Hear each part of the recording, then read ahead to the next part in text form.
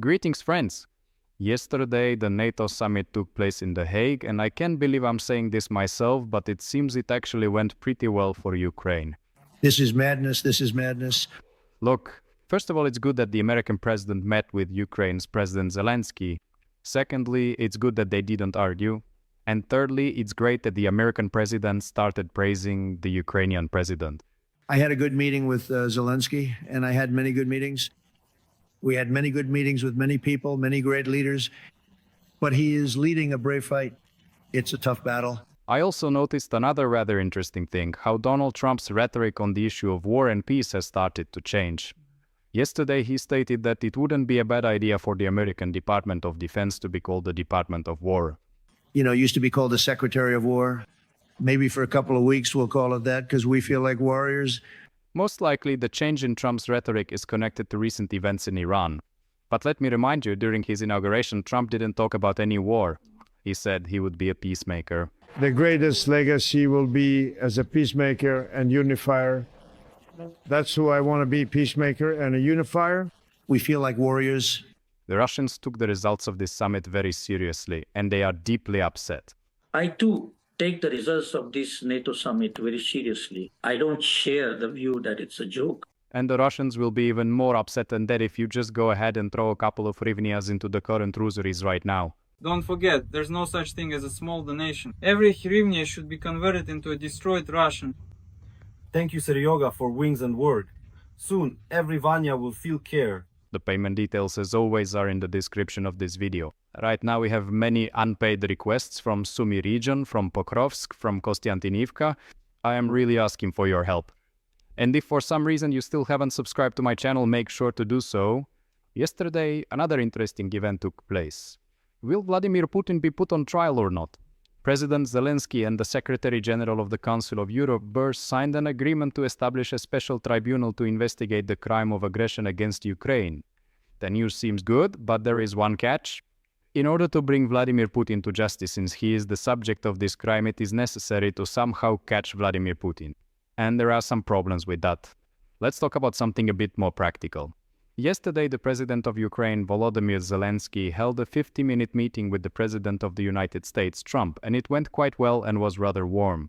Since the White House scandal, the rhetoric of the American president towards our president has noticeably changed. Yesterday, he called him very nice. You just had a meeting with President Zelensky. Did you discuss a ceasefire in this Russian-Ukrainian war? No, I just wanted to see how he was doing. He was actually very pleasant. We had some difficulties in our relationship, but he was as pleasant as ever. One of the nicest, one of the kindest, just a good guy. Zelensky, he's a good guy. And Ukrainians, are brave, very courageous people who are heroically resisting Russian aggression. And Trump sympathizes with them. But look, these are brave people who are fighting. There is war everywhere around them. Unlike Vladimir Putin, Trump understands that Putin is the only obstacle to ending the Russia-Ukraine war and that Putin is simply deceiving him. Why exactly weren't you able to bring an end to the ongoing war in Ukraine? Because it's harder than people can imagine.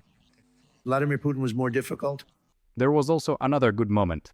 After the meeting with Zelensky during Trump's press conference, a Ukrainian journalist asked about the Patriot systems, and Trump sent regards to her husband, who is currently defending Ukraine, and promised to consider providing Ukraine with additional air and missile defense systems.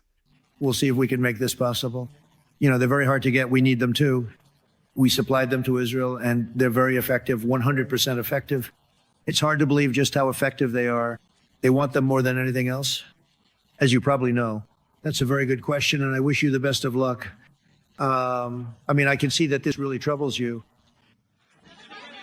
Send my regards to your husband, all right? I'm convinced that even though Grandpa is quite stubborn, sooner or later the United States of America will have to provide more help to Ukraine, because Ukraine is standing up to an ally of Communist China, the very same China that is an enemy of the United States of America. So, in any case, he won't be able to avoid it. And also, if Trump wants to get Ukrainian rare earth metals, whether he likes it or not, he'll have to help Ukraine. We cannot afford to depend on foreign adversaries for critical minerals. And as you know, we've made a deal with Ukraine to use a huge portion of their land for mineral extraction. But right now the situation still remains uncertain. And even if at some point in the future Trump theoretically decides to help Ukraine, we still shouldn't rely solely on that.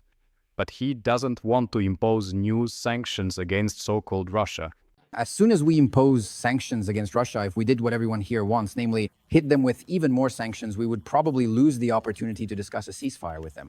Great excuse. But is it even worth talking to the Russians about a ceasefire when they categorically reject it? Officially, they say there won't be one. So there's no point in a truce. Right now, we have a strategic advantage. Why should we give it up? We're not going to give it up. Even if America does impose sanctions against the so-called Russian Federation, it won't be Trump doing it, but the United States Congress. The aforementioned Marco Rubio does not rule out that new sanctions against the so-called Russian Federation could be imposed by the Senate, but only after it considers Trump's big, beautiful bill, which is actually called Debt on Budget Expenditures. Maybe this will happen in July or maybe in August, no one knows yet. But what is absolutely clear is that such sanctions need to be imposed as quickly as possible, because Vladimir Putin himself has asked for it. It would be good for us if those who want to impose sanctions would introduce every possible sanction and as quickly as possible. Now about the results of the summit, the ones that are of primary interest to us. Our European partners have committed to providing more assistance to Ukraine.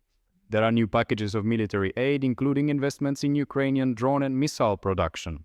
But the final declaration removed the phrase stating that Ukraine is on an irreversible path to NATO membership.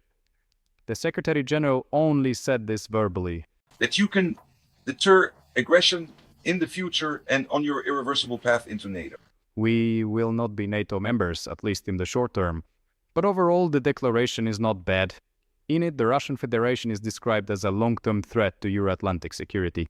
And as you understand, such wording could not have been approved without the agreement of the United States of America. In addition, the allies have committed themselves to increasing defense spending to 5% of GDP by 2035, which is somewhat late. Furthermore, the members of the alliance once again reaffirmed their unwavering sovereign obligations to support Ukraine, whose security contributes to the security of the alliance. And for this purpose, when calculating the defense expenditures of the alliance member states, direct contributions to Ukraine's defense and its defense industry will be taken into account. That is, these will be included in the same 5% of GDP. At the summit, Trump had yet another incredible revelation. He suggests that after all, Vladimir Putin's long-term goal may be a war against other European countries as well. He stated that Vladimir Putin possesses territorial ambitions that extend far beyond Ukraine's borders. Do you perceive the situation in the same manner? It's possible. It's possible. No way. Could it really be that Vladimir Putin doesn't want peace? Could it be that he seeks war? After all, Witkov said that's not the case. And Putin himself has never threatened Europe. The Russians are planning to march through Europe. By the way, I actually think that's absurd. The territory of present-day Poland is a gift from Stalin to the Poles. No, really. Russians are doves of peace. They have never attacked anyone and have no plans to attack anyone. Russia is ready to fight, and not just with Europe. Now we are ready to fight. Americans, of course, may still have some illusions about the Russians, but yesterday a very telling situation occurred. While the NATO summit was taking place, the so-called Russian Defense Minister Belousov flew to Communist China, which is a rival of the United States. The relations between our respective countries continue to develop dynamically and comprehensively in all areas, and are currently at an unprecedentedly high level, demonstrating strong and enduring cooperation. The United States is not flirting with the Russians for no reason. Trump has a strategy to pull the so-called Russia away from Communist China, but it is already clear that this strategy has failed. The first thing you learn is that you don't want Russia and China to unite. Given that, no, that's just a small part of it. But maybe it will happen or maybe it won't.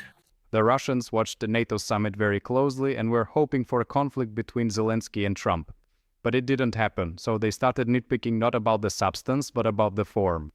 These are very important moments. Just look, half the room where the meeting is taking place. How awful. And you can clearly see the flag of the United States of America while the Ukrainian flag is blocked by Trump. The Russians have become disappointed in Trump. First, after the events in the Middle East when the United States bombed the Iranian nuclear facilities, and now also after the NATO summit. Simply trust. There should be less and less trust in what Trump promises. Russians no longer have any illusions about Trump. All that's left is for Trump himself to let go of his illusions about the Russians. But I have to repeat, even despite the positive signals from yesterday's NATO summit, we still cannot fully rely on the United States of America. Working with them will still be difficult and drawn out. Well, unless Vladimir Putin does something absolutely unbelievable. Right now, it's extremely important for us to support the front so that every Russian occupier, every scoundrel, every bastard who came to kill our people and seize our land receives inevitable punishment, gets a drone in the face, or better yet, two. Together, we are approaching 200,000 kamikaze drones purchased and delivered to the Ukrainian military. But this is still not enough. We need more, much more. And just in the past day, thanks to you, our soldiers received another 325 new FPV drones. The 45th Separate Artillery Brigade, named after General Myron Tarnovsky, thanks Serhiy Sternenko and his community for providing 20 digital drones, which will help us destroy the enemy and bring our victory closer. Glory to Ukraine! We, the artillerymen of the 45th Separate Artillery Brigade, thank the Sternenko community and Serhiy Sternenko personally for these 20 excellent interceptor drones. Centenarian of the 4th Brigade. We want to thank everyone who contributed to the fundraising for these drones, as well as Serhiy Sternenko. On behalf of the 1st Battalion of the 95th Brigade, we would like to express our gratitude to the Sternenko community for providing FPV drones and fiber optics. With their help, we will destroy even more occupiers and bring our victory closer. Glory to Ukraine! Glory to the heroes! Thank you to Serhiy and the Serhiy Sternenko Foundation for providing the drones. Remember, there is no such thing as a small donation. Every hryvnia should be converted into destroyed Russians. Thank you, Seryoga, for the wings and the work. Soon, every Vanya will feel their care. There will be many more crimes by the AFU. Glory to Ukraine! Support us with a donation. Glory to the heroes! A huge thank you to Serhiy Sternenko's foundation for helping with the Raskata so we could hold back the Russians in the Sumy direction. With faith in God, in the armed forces of Ukraine, in Ukraine, glory to the nation. And death to the enemies. So that our enemies meet their end much more often, keep actively supporting the security and defense forces of Ukraine.